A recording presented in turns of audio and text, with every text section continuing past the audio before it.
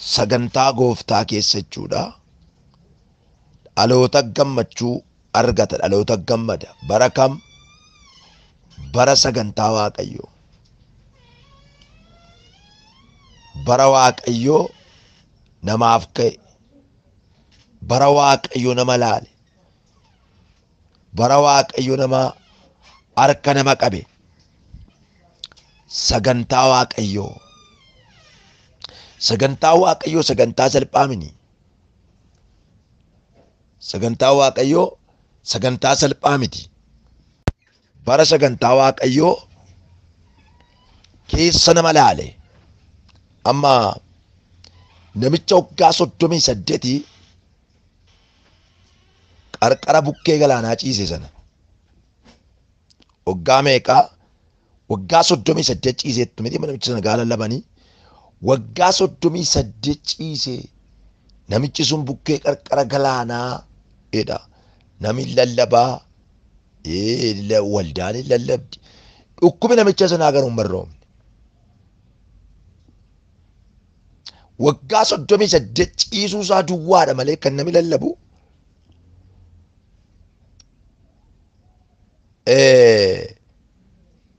Dhukkubi namicha sanaa hin barroomne. Dhukkubi namicha sanaa inni guddaan maali yoo ittan nama dhabuudha. Nama hin qabu.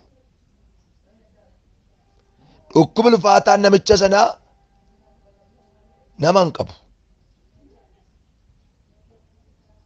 Nama dhabe namichi sun. Dhukkubi guddaan namicha sanaa inni guddaan nama isa gargaaru dhabe. Ijoollee waan guddaas lama isinitti maarra. Silaan dhageessuu miti yoo na dhageessaniif. Silaan dhageessuu miti badaa dhaga'uun barbaaddan dhaloonni keenya bara kana. Guyyaa kaleessaa isinitti meeramniine. Addaamii yoo waan tokkummaa Waaqayyoo wajjin qaban maaltu gargar kute yoo ta'an filannoo wallaalaniiti. Tokkummaa isaan Waaqayyoo wajjin kan qaban kan gargar kute filannoo wallaalan. Namni immoo gaafa filannoo wallaalu yookaan fayyaan jettu yookiin nama nagaadhan jettu. Namni gaafa filannoo keessaa ba'ee waan gaafa godhu wallaalu gaafa Waaqayyoo wajjin wallabu qullaa ta'a. Addaamii Yohaan eessartuu jedhe eessa jirtu jara naa jedhe gaafate. Ammatu har'a ka'ee gooftaan waaqarraa dhufee isa miidiyaa qabus amma si'ana hundumaa miidiyaa qabamniire. Inni kaan YouTube qabaa, inni kaan TikTokii qabaa, inni kaan peejii qabaa, inni kaan iskiriinii guddaa qabaa, inni kaan telegiraamii qabaa, inni kaan waldaa qabaa. Hundumtisaa bara kana ol qabatee dhuma jira. Ammatu Waaqayyo bara kana dhufee isa telegiraamii irraas, isa tiktokii irraas, isa zuumii irraas, isa waatsaappii irraas, isa iimoo irraas, isa abbaa mul'ataas hunda isaanii argata laa Waaqayyo. Mee eenyuun argata laa Waaqayyo? Waldaa hundamma kana baay'atu kiyaa. Lubbuu meeqa argata laa Waaqayyo matuu ka'ee deebi'ee. Waaqayyo lafa kee irraa dhimma kee hin qabu. Waldaa kee irraa dhimma kee hin qabu Waaqayyo. Wanta Waaqayyo irraa jireenya kee waa qabu lama duwwaan sitti hima. Lubbuu kee fi hafuura kee irraa dhimma qaba Waaqayyo. Tuuttaa kee irraa dhimma hin qabu. Amma namoota baay'ee kan balleessee fite bara kana tuuttaadha. Maa inni tuuttaan beektu? Foon. Waaqayyo waa sadii irraa nama hojjete. Lubbuu hafuuratti ergee biyyoo lafaa irraa fuudhee dholee hafuura jiraataa keessa kaa'atee nama taasise. Amma fedhe bareedi. Amma fedhes qabaadhu. Ati biyyoodha. Supheedhaati. Suphee akka taate hin dagatin. Waaqayyo suphee irraa si hojjete. Funyaan keessa dheeratu, ilkaan keessa bareedu, miilli keessa gabaabbatu, hojjaas qabaadhu, sooressas ta'i, hiyyeessas ta'i, maalis ta'i ati supheedha. Supheen eeggattu taanaan qaayettee cabdi. Jireenya keen eeggattu taanaan nama tokko wanti xiqqootu gammachiisa. Wanti xiqqootu dallansiisa.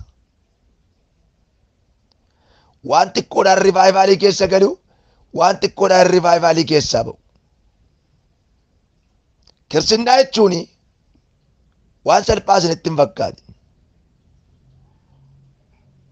Addunyaan nu keessa jirru kana baratti dookteriin biyyoo lafaa irraa fuudhee dholee afura jiraataa keessa kaa'atee nama taasise. Amma fedhe bareedi. Amma fedhes qabaadhu. Ati biyyoodha. Supheedhaati. Suphee akka taate hin dagatin.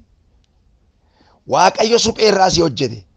Funyaan keessa dheeratu, ilkaan keessa bareedu, miilli keessa gabaabbatu, hojjaas qabaadhu, sooressas ta'i, hiyyeessas ta'i, maalis ta'i ati supheedha. Supheen eeggattu taanaan qaayettee cabdi. Jireenya keen eeggattu taanaan nama tokko wanti xiqqootu gammachiisa. Wanti xiqqootu dallansiisa. Waan xiqqoodhaan rivaayivaalii keessa galu, waan xiqqoodhaan rivaayivaalii keessaa ba'u. Kiristinnaa jechuun waan salphaa isinitti hin fakkaatin. Addunyaan nu keessa jirru kana baratti dookteriin fayyaa mancaaseedha. Baratti baankiin dinagdee mancaaseedha.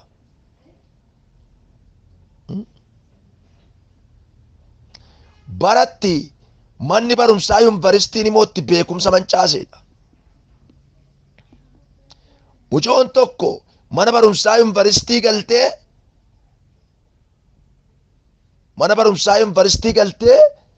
gaafa dhaqxe fayyaadha. Gaafa galte garuu du'aa ishee gala. Beekumsatti argadhaatti beekumsa isheetu manca'ee gala. Garaan namoota baay'ee karaa kana Waaqayyo wajjin kan wallabe. Karaa kana Waaqayyo irra geggeessitoota waldaa kiristiyaanaa kan komate.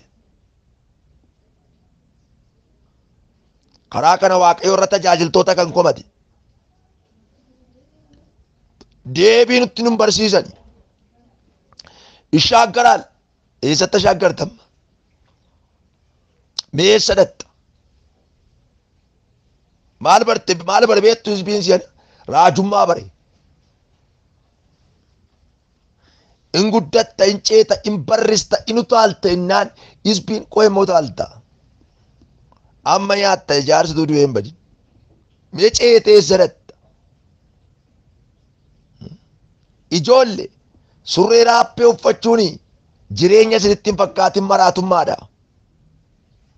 Shamarran keenya handhuura bakkee keessa kaa'anii deemuun araadaatti fakkaata. Araadaa miti, maraatummaadha. Namni qullaa deemu maraatuudha. Amma dargaggeessi Waaqayyoo sodaachuu deessiyan.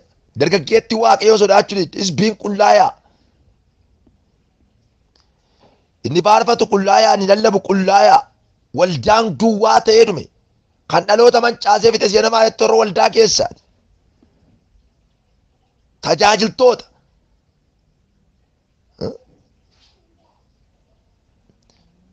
Shamarran keenya hidhii buuttoo goote saree qeeraa bulte fakkaattee yaadi. Dargaggeessi keenya asii gadi surree udduutti gara rakkisaa. Bargaanfatee akka nama ispoortii barate akka sangaa fincaa'u yaa. Kun jireenya miti, maraatummaadha. Jireenya isinitti hin fakkaatin kun mataa jala addate. Jireenyadha. Jireenya osoo hin taane maraatummaadha. Haala hin dhaga'u. Cabisi haa cabsu intalaa itti hin cabsite. Abaartee cabsite. Ilma koo jedhe baradhu abbaan immoo maal beeka jedhe. Hin beeku naan jettee fajajee qeetti gale. Dhaloota ol arrabsee fixe. Dhaloota idda baarsaa. Idda baarsaa. Dhaloota fayyaatti baarame. Haati manaa ijoollee keessee abbaa manaa arrabsiti. Abbaan manaa ijoollee haadha manaa arrabsa. Safuun hin jiru. Aadaan hin jiru. Wal kabajuun hin jiru. Dargaggeessi waldaa keessaa bahee shamarran hammatee yaa'a. Sodoom Gamoraa lammaffaa. Biyya ejji guute, biyya hanni guute, biyya somni guute, biyya dhaloonni fayyaatti manca'e, dhaloota fayyaatti manca'e. Dookterii tokko jirti waldaa keenya. Guyyaa tokko dhaloota fayyaatti manca'e hidheen barsiisa. Dhaloota fayyaatti manca'e hidheen barsiisa. Akkanaan jette nu bira dhufee qoricha fudhachaa kan oloorra heerume minetti. Shamarranetti, dargaggootaetti, barattoota baay'een isaaniitti. Abbaan manaa mana barumsaa baratti jedha. Ilmi koo mana barnootaa jiran inni achi oola. Inni achi oola. Dhaloota fayyaatti sammuun ligidaa'e. Dhaloota safuun beekne. Maal gootu Sodoom Gamoraa lallabdanii? Maal gootu bara Loot lallabdanii? Fayyaatti ilmi namaa sirkaa manca'e, waldaan manca'e, uumamni manca'e, biyyi manca'e, safarri manca'e, dacheen manca'e. Deebi'aa gara gooftaatti. Magaafa gadhee uusoo fudhata. Sittiin boo'eessu sitti caalchisa malee. Bar tokko nan yaadadha bara pheenxeen biyya dhufe hundumtuu geeshoo araqee biyya keessaa muree deebi'e ammoo dhaabuu kajeela. Amma immoo dhaabbiu kajeelaa jira. Gara gooftaatti deebi'aa. Kakuu haaraa miti. Kakuu moofaa minnu. Kakuu moofaan keessa deebiidha. Kakuu haaraan garuu dhaloota haaraadha. Raabura haaraa dhaloonni kakuu haaraa. Kakuu moofaan garuu maal? Keessa deebii qaba. Keessa deebi'e Museen saba Israa'el keessa deebi'e jechuun seera saba Israa'eltu keessa deebi'amee ilaalame. Inni ilaale kee deebi'e. Nagaadhaan mati. Atamma warri konfireensii qopheeffatte immoo nagaadhaa. Warri konfireensii kee jirtu immoo nagaadhaa hundi kee. Nagaasii fakkennu Waaqayyo ameen jedhi. Dhaloota fayyaatti maraatee dhume. Maraatuu siin jenne ta'e fayyaadha siin jenne ta'e usbiin kee waliin kennamaan galu. Gaafa dubbii argattu dullaa guurtee yaata. Dullaan kee bara kanaa ammoo harraba. Harrabaan wal cabsaa oolta. Waaqayyo araara isiniif haa godhu dhaloota biyya kanaa. Dargaggoota biyya kanaa Waaqayyo araara yeroo tokko biyya tokko konfireensii dhaqee akkasan jedhee bahe. Dhaloota biyya sanaatti akka saree lukool keessa daddabarfee dhaabataan arge. Akka sareetti.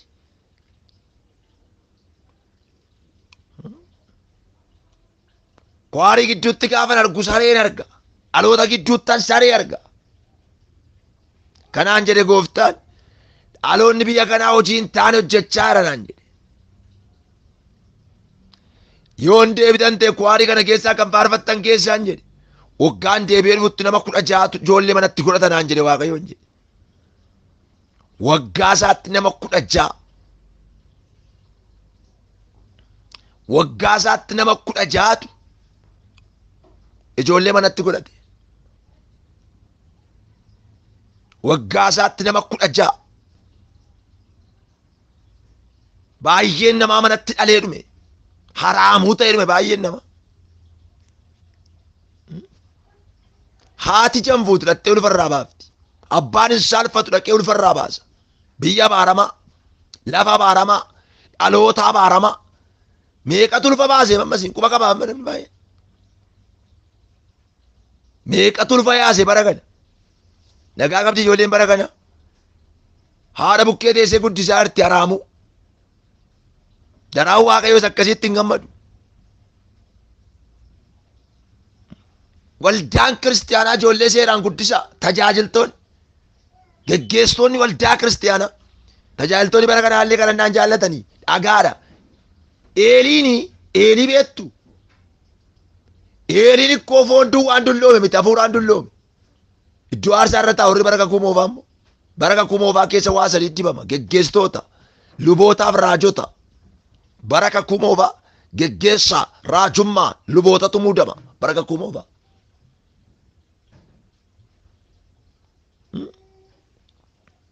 Barri kumoofaa bara lubummaa bara raajotaa bara geggeessitoota barri kumoofaa.